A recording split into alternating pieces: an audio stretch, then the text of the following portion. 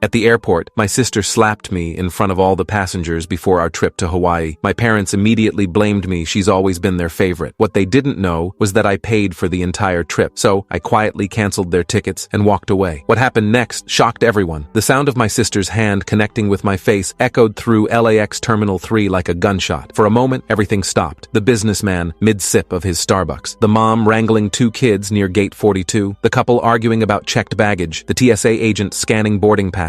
200 people, maybe more, turned to stare. My cheek burned, my ears rang, and I stood there, frozen, one hand halfway to my face, my carry-on bag still slung over my shoulder. Jessica stood in front of me, her chest heaving, her face flushed red, her eyes wild with something that looked like rage, but felt practiced, rehearsed. "That's for ruining my life," she screamed. Her voice carried, probably to the next terminal. I opened my mouth. Nothing came out. My parents, mom in her floral travel blouse, dad in his cargo shorts and Hawaiian shirt he'd bought specifically for this trip, rushed over from the coffee stand where they'd been waiting, but they didn't check on me. They didn't ask if I was okay. Mom grabbed Jessica's shoulders. "Honey, what happened?" Dad turned to me, his expression already hardened into that familiar look of disappointment I'd seen my entire life. "Alex, what did you do?" "I didn't." "She's crying." Mom cut me off, pulling Jessica into a hug. "Why do you always start drama?" Jessica sobbed into Mom's shoulder. Her whole body shook. "He's been so mean to me. He's been making comments all week about this trip. He's trying to ruin it before we even get there." I stood there, my hand finally reaching my face, feeling the heat radiating from where she'd hit me. I hadn't said anything about the trip. I'd barely spoken to Jessica in the 2 weeks since she'd announced it at family dinner, but that never mattered. The truth never mattered when it came to Jessica. Around us, people were filming. I could see the phones out, the cameras pointed at us, the little red recording lights glowing like accusations. My hands started to shake. "Apologize," Dad said. His voice was low, controlled. The voice that meant he was furious but trying to keep it together in public. "I didn't do anything. Apologize." "Now." Jessica pulled back from Mom just enough to glare at me through her tears. Her mascara was running, waterproof clearly, because it was running in perfect streaks, not smudges. "You always do this. You always make everything about you." "I'm sorry," I whispered. "Say it like you mean it." Jessica's voice cracked. "Say it so everyone can hear." 200 people watching, 200 strangers, all of them seeing the bad son, the problematic brother, the person who'd made his sister cry in the middle of an airport. "I'm sorry, Jessica." She crossed her arms, took a breath, wiped her eyes with the back of her hand. "You're sitting away from us on the plane. I can't be near you right now." Mom nodded immediately. "That's probably for the best. You need to think about your behavior, Alex." My behavior. I'd been standing here, checking my phone, waiting for boarding to start, and she'd walked up and slapped me. "Fine," I said quietly. Dad squeezed my shoulder. "Not comfort, a warning. We'll talk about this when we land. This is unacceptable." They walked back toward their seats near the gate. Jessica glanced back once, caught my eye, and I saw it. The tiny smile at the corner of her mouth before she turned away. She'd planned this, and they'd believed her, just like